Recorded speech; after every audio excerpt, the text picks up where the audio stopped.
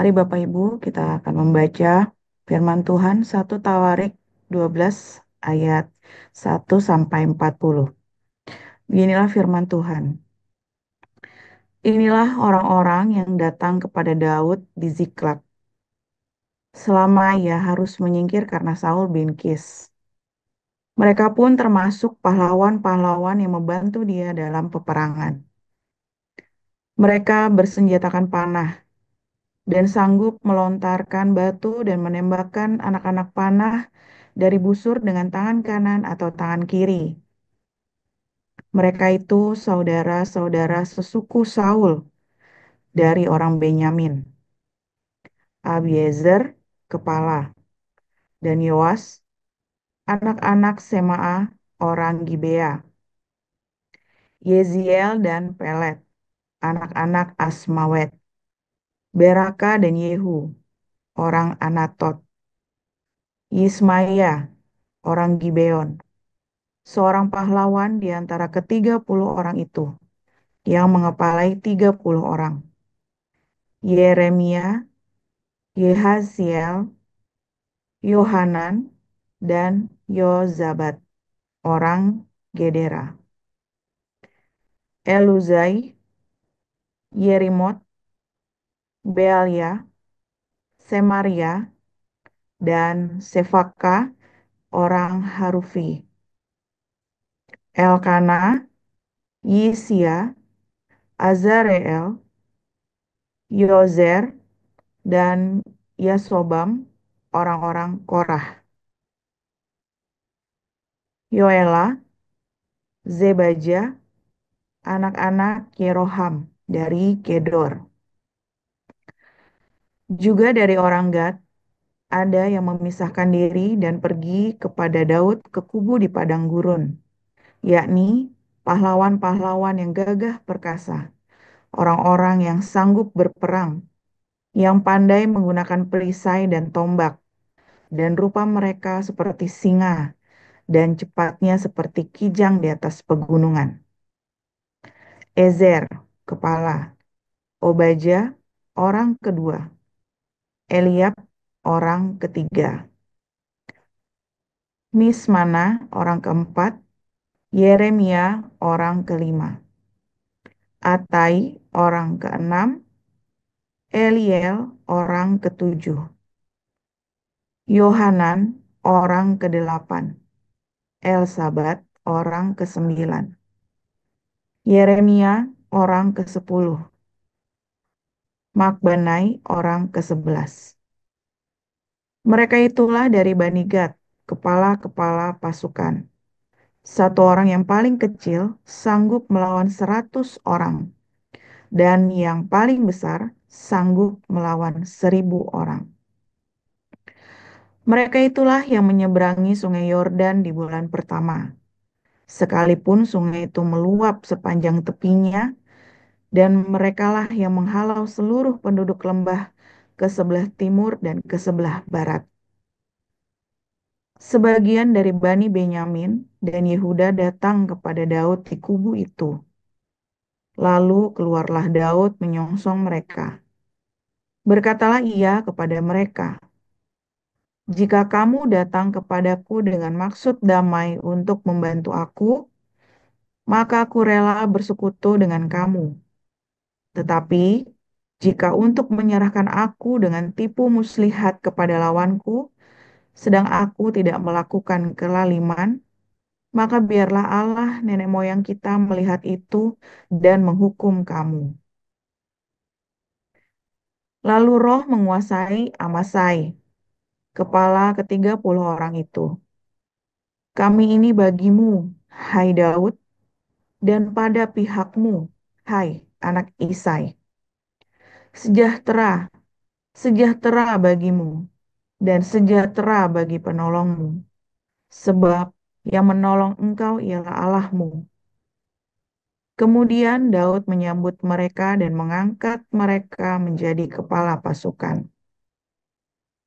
Juga dari Manasye, ada yang menyeberang memihak kepada Daud ketika ia bersama-sama orang Filistin memerangi Saul. Sebenarnya ia tidak menolong mereka, sebab setelah mengambil keputusan, raja-raja kota orang Filistin itu menyuruh dia pergi. Katanya, mungkin dengan taruhan kepala kita, ia menyeberang memihak kepada tuannya, Saul. Pada perjalanannya ke Ziklag, sebagian dari suku Manasye, Adnah, Yozabad, Yediael, Mikael, Yozabad, Elihu, dan Ziletai, kepala-kepala pasukan 1.000 suku Manasye menyeberang memihak kepadanya. Mereka ini membantu Daud melawan gerombolan, sebab mereka semua adalah pahlawan-pahlawan yang gagah perkasa dan kepala dalam tentara. Dari hari ke hari, orang datang kepada Daud untuk membantu dia, sehingga mereka menjadi tentara yang besar, seperti bala tentara Allah. Inilah jumlah pasukan bersenjata untuk berperang yang datang kepada Daud di Hebron untuk menyerahkan jabatan raja daripada Saul kepada Daud sesuai dengan titah Tuhan. Bani Yehuda yang mengangkat perisai dan tombak ada 6.800 orang yang siap untuk berperang.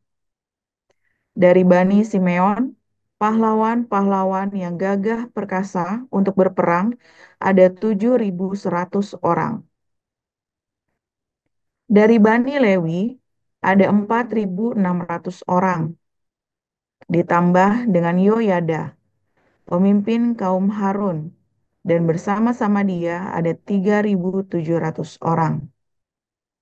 Selanjutnya Zadok, seorang pahlawan muda yang gagah perkasa dengan 22 orang pemimpin dari puaknya. Dari Bani Benyamin, saudara-saudara sesuku Saul, ada 3.000 orang. Sampai pada waktu itu, kebanyakan dari mereka masih tetap patuh kepada keluarga Saul. Dari Bani Efraim, 20.800 orang, pahlawan yang gagah perkasa, orang-orang yang kenamaan di antara puak-puak mereka.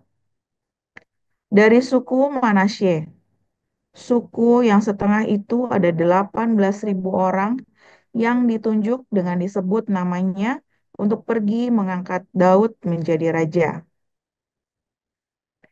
Dari Bani Isakar, orang-orang yang mempunyai pengertian tentang saat-saat yang baik, sehingga mereka mengetahui apa yang harus diperbuat orang Israel. 200 orang kepala dengan segala saudara sesukunya yang di bawah perintah mereka. Dari Zebulon, orang-orang yang sanggup berperang, yang pandai berperang dengan berbagai-bagai senjata, 50.000 orang, yang siap memberi bantuan dengan tidak bercabang hati. Dari Naftali, 1.000 orang pemimpin, dan bersama-sama mereka 37.000 orang yang membawa perisai dan tombak. Dari orang Dan, orang-orang yang siap untuk berperang, 28.600 orang. Dari Asher, orang-orang yang sanggup dan pandai untuk berperang, 40.000 orang. Dari seberang sungai Yordan, yakni dari orang Ruben, orang Gad, dan setengah suku Manasye yang lain, orang-orang yang membawa berbagai-bagai senjata perang, 120.000 orang. Sekaliannya itu, prajurit-prajurit, orang-orang dalam barisan tempur, datang ke Hebron dengan tulus hati untuk mengangkat Daud menjadi raja atas seluruh Israel. Memang juga seluruh orang Israel yang lain dengan bulat hati hendak mengangkat Daud menjadi raja. Mereka tinggal di sana bersama-sama Daud 3 hari lamanya, makan dan minum. Sebab saudara-saudara mereka menyajikan makanan bagi mereka. Juga orang-orang yang tinggal dekat mereka, bahkan dari Isakar, Zebulon dan Naftali, membawa makanan dengan memakai keledai, unta, bagal, dan lembu, yakni bahan makanan tepung, kue ara dan kue kismis, anggur dan minyak, lembu sapi dan kambing domba, dalam jumlah besar, sebab ada sukacita di Israel. Demikian firman Tuhan. Ya. Dilanjut Pak Uragil. Ya, saya lanjutkan di 2 Korintus pasal 11. Alangkah baiknya jika kamu sabar terhadap kebodohanku yang kecil itu. Memang kamu sabar terhadap aku, sebab aku cemburu kepada kamu dengan cemburu ilahi. Karena aku telah mempertunangkan kamu kepada satu laki-laki untuk membawa kamu sebagai perawan suci kepada Kristus. Tetapi aku takut kalau pikiran kamu disesatkan dari kesetiaan kamu yang sejati kepada Kristus. Sama seperti Hawa diperdayakan oleh ular, itu dengan kelicikannya.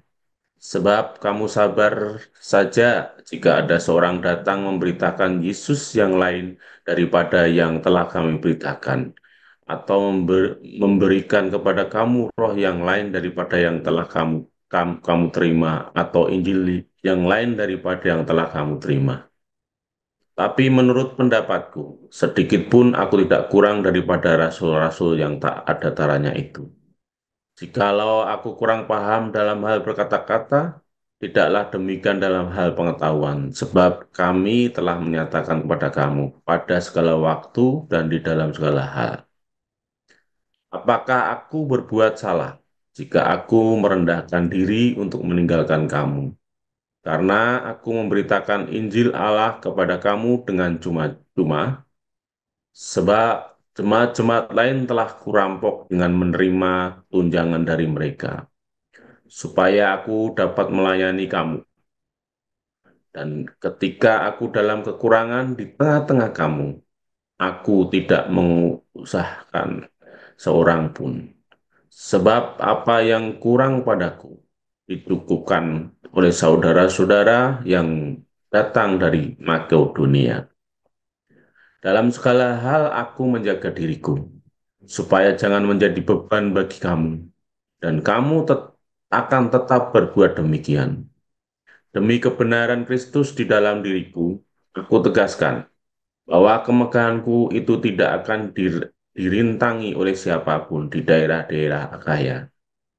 Mengapa tidak? Apakah karena aku tidak mengasihi kamu?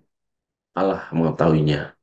Tetapi apa yang kulakukan akan tetap kulakukan untuk menyegah mereka yang mencari kesempatan guna menyatakan bahwa mereka sama dengan kami dalam hal yang dapat dimegahkan. Sebab orang-orang itu adalah rasul-rasul palsu, pekerja-pekerja curang yang menyamar sebagai rasul-rasul Kristus. Hal itu tidak usah mengherankan, sebab iblis pun menyamar sebagai malaikat terang. Jadi, bukanlah suatu hal yang ganjil jika pelayan-pelayannya menyamar sebagai pelayan-pelayan kebenaran. Kesudahan mereka akan setimpal dengan perbuatan mereka. Ulangi, jangan hendaknya ada orang yang menganggap aku bodoh. Dan jika kamu juga menganggap demikian, terimalah aku sebagai orang bodoh supaya aku pun boleh memergah sedikit. Apa yang aku katakan, aku mengatakannya bukan sebagai seorang yang berkata menurut firman Tuhan, melainkan sebagai seorang bodoh yang berkeyakinan bahwa ia boleh bermegah. Karena banyak orang yang bermegah secara duniawi, aku mau bermegah juga. Sebab kamu suka sabar terhadap orang bodoh, karena kamu begitu bijaksana, karena kamu sabar jika orang memperhambakan kamu, jika orang menghisap kamu, jika orang menguasai kamu, jika orang berlaku angkuh terhadap kamu, jika orang menampar kamu. Dengan sangat malu, aku harus mengakui bahwa dalam hal semacam itu kami terlalu lemah. Tapi jika orang-orang yang lain berani membanggakan sesuatu, maka aku berkata dalam kebodohan, berani juga. Apakah mereka orang Ibrani? Aku juga orang Ibrani. Apakah mereka orang Israel? Aku juga orang Israel. Apakah mereka keturunan Abraham? Aku juga keturunan Abraham. Apakah mereka pelayan Kristus? Aku berkata seperti orang gila. Aku lebih lagi, aku lebih banyak berjerih lelah, lebih sering di dalam penjara, didera di luar batas, kerap kali dalam bahaya maut. 5 kali aku disesah orang Yahudi, setiap kali 40 kurang 1 pukulan. Jika 3 kali aku didera, 1 kali aku dilempar dengan batu, 3 kali mengalami karam kapal, sebab semalam aku terkatung-katung di tengah laut. Dalam perjalananku, aku sering diancam bahaya banjir dan bahaya penyamun, bahaya dari pihak orang-orang Yahudi dan dari pihak orang-orang bukan Yahudi, bahaya di kota, bahaya di padang gurun, bahaya di tengah laut, dan bahaya dari pihak saudara-saudara bangsa. Aku banyak berjerih lelah dan bekerja berat. Kerap kali aku tidak tidur. Aku lapar dan dahaga. Kerap kali aku berpuasa, kedinginan dan tanpa pakaian. Dan dengan tidak menyebut banyak hal lain lagi, urusanku sehari-hari, yaitu memelihara semua jemaat-jemaat. Jika ada orang merasa lemah, tidakkah aku turut merasa lemah? Jika ada orang yang tersandung, tidakkah hatiku hancur oleh duka cita? Jika aku harus bermegah, maka aku akan bermegah atas kelemahanku. Allah yaitu Bapa dari Yesus Kristus, Yesus Tuhan kita yang terpuji sampai selama-lamanya. Tahu bahwa aku tidak berdusta. Di Damsik, wali negeri Raja Aretas menyuruh pengawal kota orang-orang Damsik untuk menangkap aku. Tapi dalam sebuah keranjang, aku diturunkan dari sebuah tingkap ke luar tembok kota, dan dengan demikian ku terluput dari tangannya. Demikian firman Tuhan. Ya, terima kasih kepada Puas. para lektor yang sudah membacakan ayat Alkitab, Ibu Ayu Anggraini dan Pak Uragil. Kita akan mendengarkan renungan pada pagi hari ini oleh Dr. Joseph Pauljang, gembala kita dengan judul Perampok. Silakan Pak Paul. Haleluya, luar biasa. Firman Tuhan selalu baru setiap hari ketika kita menantikan Tuhan dengan penuh cinta dan dengan penuh hati yang mengasihi, dan jangan lupa berbuat kebaikan setiap hari. Saudara, ini dulu pernah saya sering bilang ya, pekerja, apa namanya, pendeta adalah pekerjaan kriminal, sebuah tindakan kriminal yang tidak dihukum oleh negara, ya, yang tindakan kriminal yang direstui oleh para korbannya. Para korbannya senang bersorak-sorai, saudara ya, ketipu tapi senang, ya. Para korbannya ketipu tapi senang, ya, gimana memang. Itulah orang-orang beragama. Saudara, sebenarnya ya, ketika orang-orang ini ya, para hamba-hamba Tuhan ini, para yang mengaku hamba Tuhan, hamba Allah, pendeta lah, apalah alim ulama segala macam, itu gunanya buat apa sih, saudara? Gunanya buat apa? Ya kan? Kan kalian yang menciptakannya, ya kan? Kalian menciptakan para alim ulama, pendeta, ya kan, dan sebagainya. Lalu pendeta ini atau segala macam apapun namanya, alim ulama, imam, resi, apalah sebagainya, biksu lah, ustadz, ulama, sebagai apa mbuh itu ya, segala macam gundul peyang itu. Kalian yang menciptakan, manusia menciptakan istilah-istilah itu, lalu manusia menganggap bahwa orang-orang ini memang punya jalan ke surga, ya ampuh. Nah, lalu dengan orang-orang ini dirasa punya jalan ke surga, maka orang dengan senang hati ya. Anda kalau melihat ya, ada bisu-bisu itu kan dikasih uang ya, juga banyak yang pendeta-pendeta dikasih uang banyak sekali, saudara ya. Dan pendeta-pendeta ini, atau biksu ini, atau ustadz, atau imam, atau apapun namanya, ya, kemudian dia mengerti, wah, kalau saya begini uangnya tambah banyak nih. Maka dia akan melakukan satu tindakan yang seperti itu diulangi lagi, kalau perlu dengan sebuah manipulasi optik, ya, berupa sihir yang nyata, atau berupa pesan-pesan yang medeni-medeni. Ya, itu yang dilakukan ya oleh bisnis atau bisnis gereja atau gereja komersial atau semua ya agama yang dikomersilkan. Dan memang agama itu adalah sebuah tindakan komersil ya. Agama itu adalah sebuah tindakan komersil. Nah, beda halnya dengan perbuatan baik. Perbuatan baik itu bukan tindakan komersil, saudara. Perbuatan baik itu adalah sebuah tindakan spontan dari hatimu, ya, yang kemudian diorganisir. Tetapi, ya, tetapi agama adalah sebuah organisasi untuk merampok korban dan korbannya merasa senang ketika dirampok karena mendapatkan status. Oh, ini kesayangannya dari dewa. Oh, ini kesayangannya dari Allah SWT. Oh, ini surga, pintu surga terbuka bagimu. Wah, makasih pemuka agama ini akan ngomongnya, wah, ini pintu surga terbuka bagimu lebar-lebar. Kan begitu kan, saudara ya? Memberikan berkat-berkat, ya kan? Atau kalau misalnya kamu pelit, hati-hati kamu ya. Nanti kamu masuk neraka, kamu pelit-pelit, kamu tidak mau bangun gereja, tidak mau bangun masjid. Sama tuh, ya. Nah, lalu orang-orang ini kemudian ya semuanya dicucuk, ya kan? Pada jemaatnya dicucuk. Waduh Pak, jangan ngomong begitu. Nanti kita enggak bayar, enggak kolektor lagi, kita markasi dan maris sama Mun Pagi. Nah, tak medeni lagi, saudara. Tak medeni lagi. Kalau kamu enggak ngasih, kamu masuk neraka lu nanti lu. Kalau kamu enggak ngasih sedekah lu, saudara. Mumet pokoknya ya, saudara ya. Apa yang salah? Yang salah. Yang salah ya kamu mau ngasih karena diiming-imingi surga, diiming-imingi neraka. Kalau kamu ngasih, seharusnya ngasih karena kamu dipenuhi dengan roh Tuhan. Bukan ngasih karena diiming-imingi surga atau neraka, apalagi yang 40 lipat itu ya, janji 40 lipat, kamu akan di, barang siapa menabur 100 kali lipat akan dikali 100. Kalau nabur 10 sejuta akan dapat 100 juta dan sebagainya macam. Asal asal jangan seperti itu, saudara. Nah, ketika kita ketika kita mau menabur, Anda ingin menabur untuk pekerjaan Tuhan. Sebenarnya Anda mau apa sih motifnya? Ingin menabur ya udah menabur saja. Hati-hati.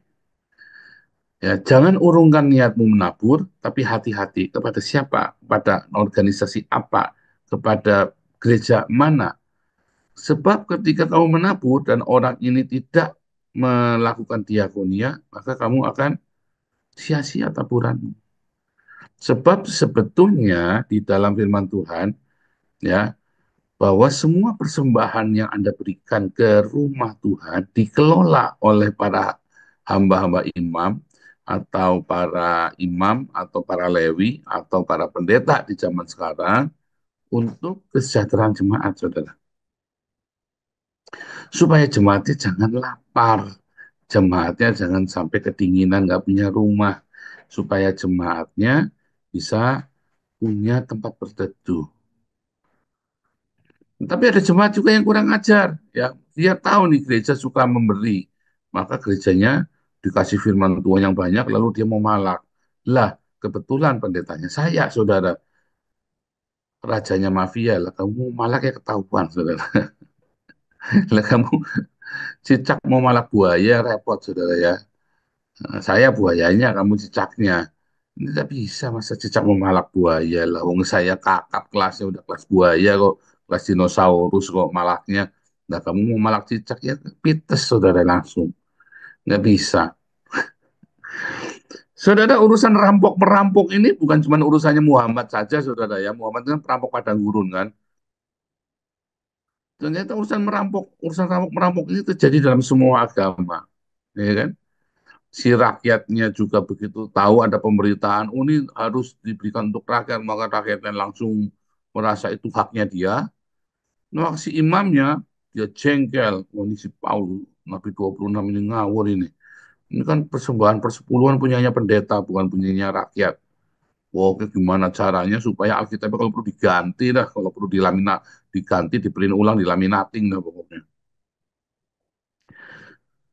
Kenapa rakyatnya bisa begitu? Ya karena pendetanya ngajarin, ya kan? Karena pendetanya ngajarin buat serakah. Wah, enggak Pak, pendetanya tegas Pak. Iya, kamu pendetanya tegas, tapi dia memberikan contoh teladan yang tidak baik kepada masyarakat. Sehingga pendetanya suka ngerampok, ya rakyatnya ya begal, ya kan? Siapa di sini yang pendetanya suka ngerampok? Saya jamin jemaatnya juga ya gitu, sudah begal, suka minta-minta, ya kan?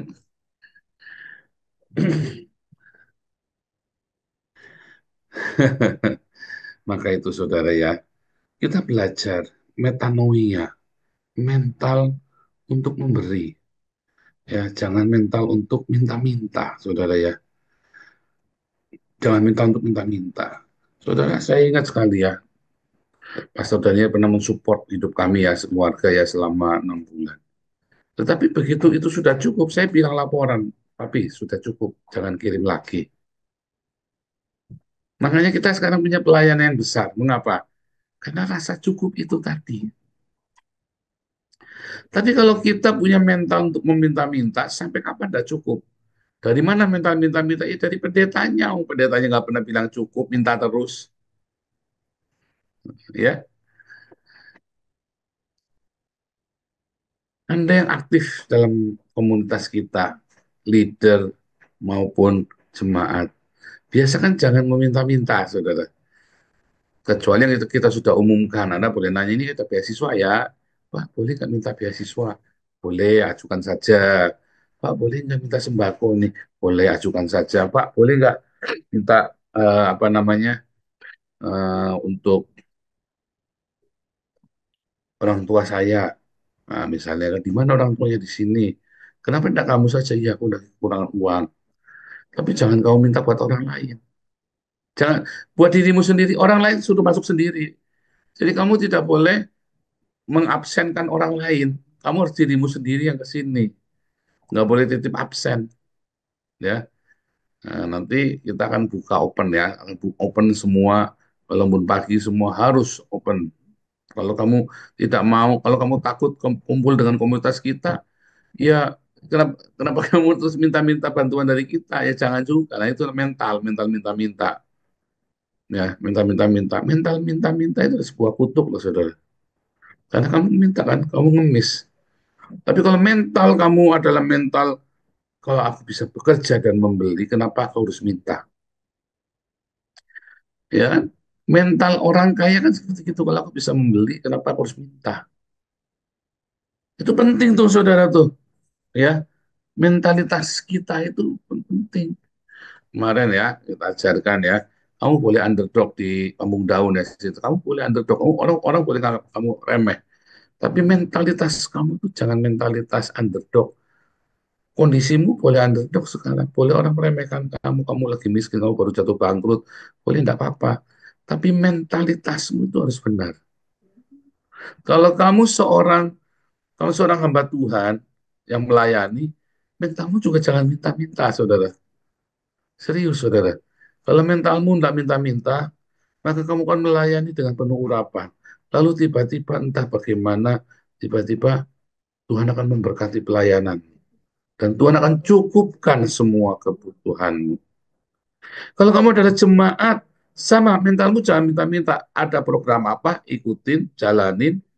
Apa bedanya orang minta-minta dengan orang yang melakukan ya apa yang menjadi kesepakatan?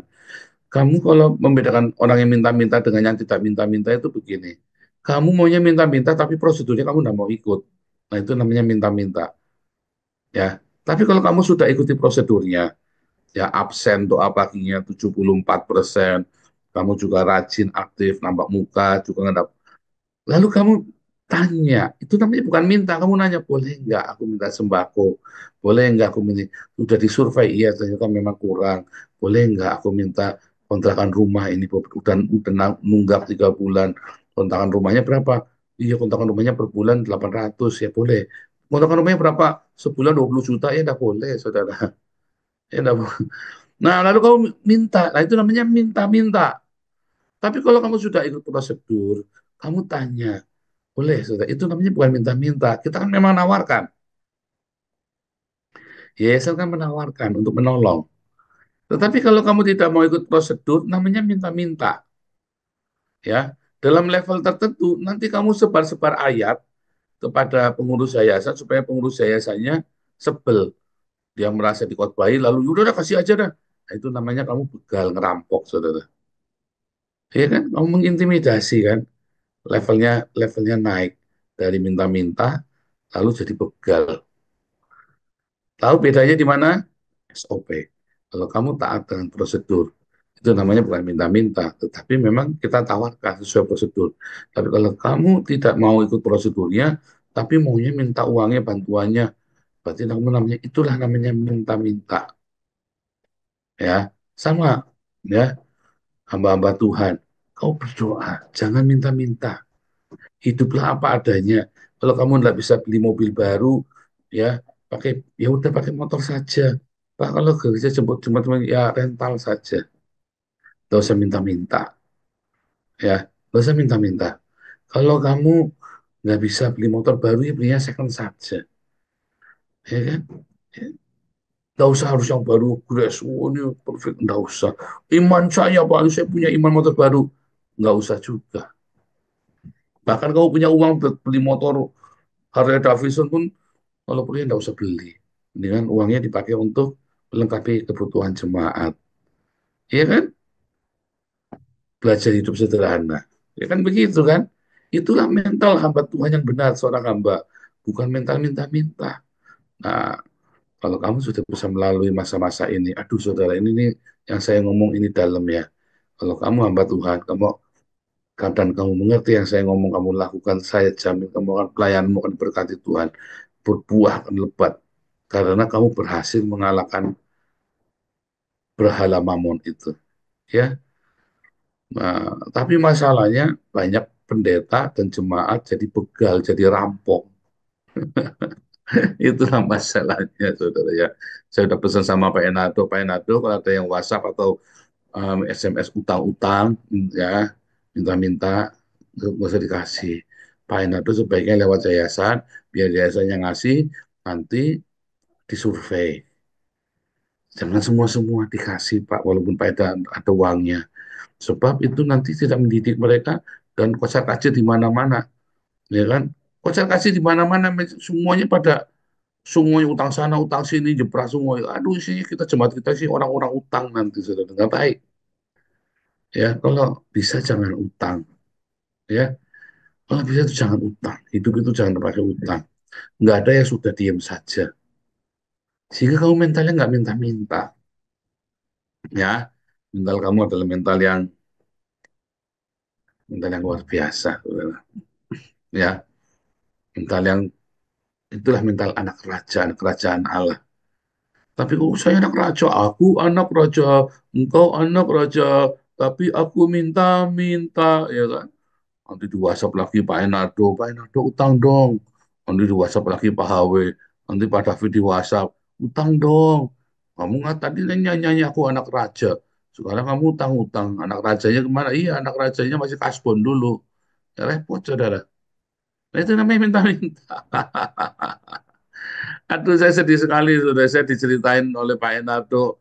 Ya, aduh, saya bilang, aduh, saya udah khotbah berkali-kali, masa nggak ngerti sih Pak Enardo ya. Ya, bagaimana Pak? Iya ya, padahal saya udah khotbahin berkali-kali. Jangan utang-utang, jangan minta-minta, saudara. Untuk dirimu sendiri jangan. Kecuali kamu untuk membantu sesama, dan kamu tahu itu kebutuhan. Tapi untuk apalagi minta-minta untuk kemewahan sendiri, ya jangan, saudara ya. Belajar disiplin. Nanti Tuhan akan memberkati hidupmu, tenang saudara. Tuhan akan jauhkanmu dari pencobaan, dari yang jahat. Ya kan? Siapakah yang jahat itu? Setan itu siapa? Ternyata setan itu adalah Yakobus 1, apa? Keinginan kita sendiri. Ya, si pencoba itu ternyata adalah keinginan kita sendiri yang kita nggak bisa handle. Oke? Jangan jadi perampok, jangan jadi tukang minta-minta.